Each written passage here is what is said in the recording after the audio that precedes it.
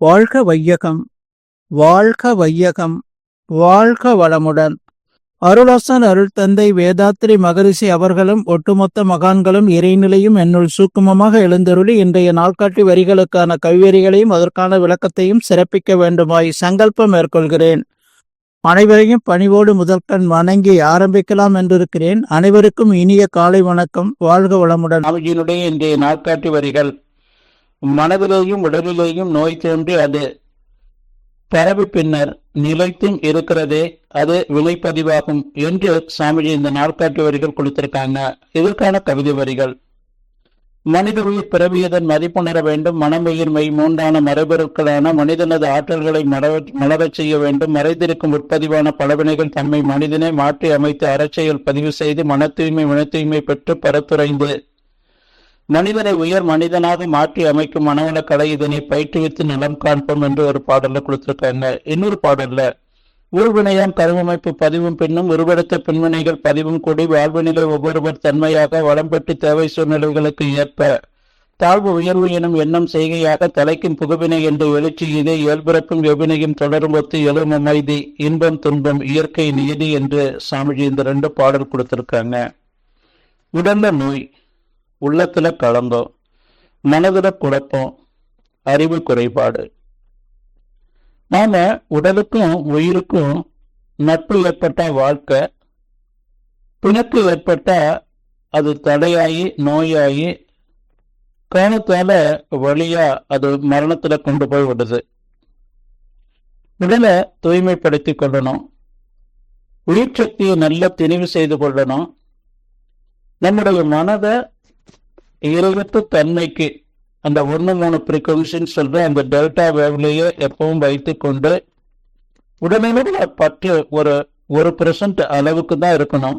99% நம்முடைய மனம், நம்முடைய அறிவு, சூக்குமம் இறைநிலையோடு 2 கலந்து நின்று வாழக்கூடிய அந்த தெய்வீக வாழ்க்கைய நாம் ஒவ்வொரு மைக்ரோ செகண்டும் வாழணும். ஒவ்வொரு மனிதரும் தன்னை முழுமைப்படுத்தி கொண்டு இறைநிலையோடு 2 கடந்து வாழ வேண்டும் என்ற அந்த உயர்ந்த நோக்கத்துல நமக்கு கொடுக்கப்பட்டதுதான் இந்த மனவள கலை. வினை பயன் ஒரு தேகம் கொண்டிருக்கிறோம்.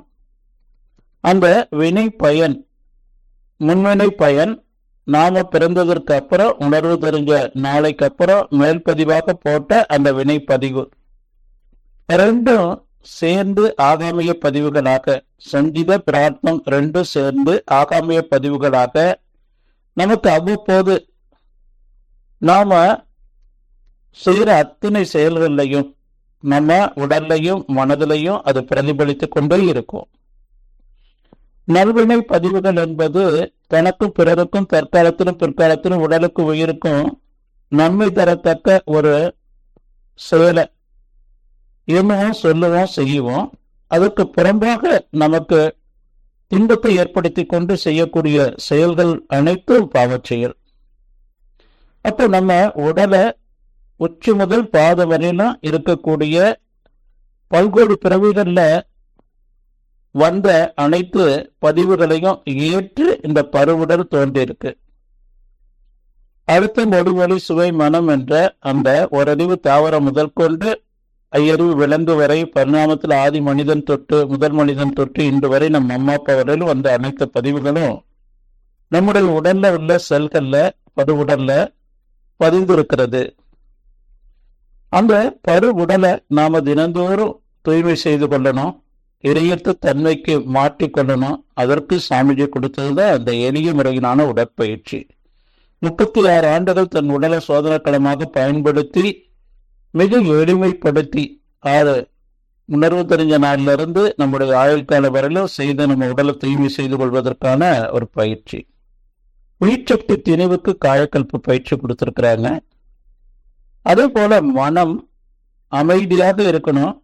அந்த இறையற்ற தன்மைக்கு நம்மை நாம் எப்பவுமே தியான நிலை வாழ்க்கையாக மாற்றி இறைநிலையோடு 2 கலந்து நின்று வாழும்போது நம்முடைய வினை பதிவுகள் அனைத்தும் தேய்த்து அளிக்கப்படும். அப்போ அந்த நிலையிலே இருந்து நம்ம வாழும்போது மனம் அமைதியாக இருக்கும். உடல் பாதிச்சா நம்முடைய மனது பாதிக்கும், மனசு பாதிச்சாலும் நம்முடைய உடல் பாதிக்கும். அறிவு எப்பவுமே தற்சோதனை மூலமாக நாம தெளிவாக வைத்துக் கொள்ளணும்.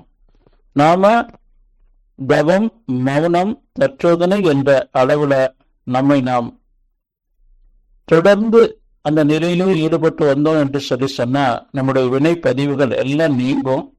அந்த இறைவத்த தன்மையான அன்பும் கருணையுமான அந்த சொரூபம் நமக்குள்ள எப்பவுமே கொடுக்கொண்டிருக்கும் என்று சொல்லி நன்றியோடு நிறைவு செய்து கொண்ட இன்றைய சிந்தனையை வாழ்க வளமுடன், வாழ்க வளமுடன், வாழ்க வளமுடன்.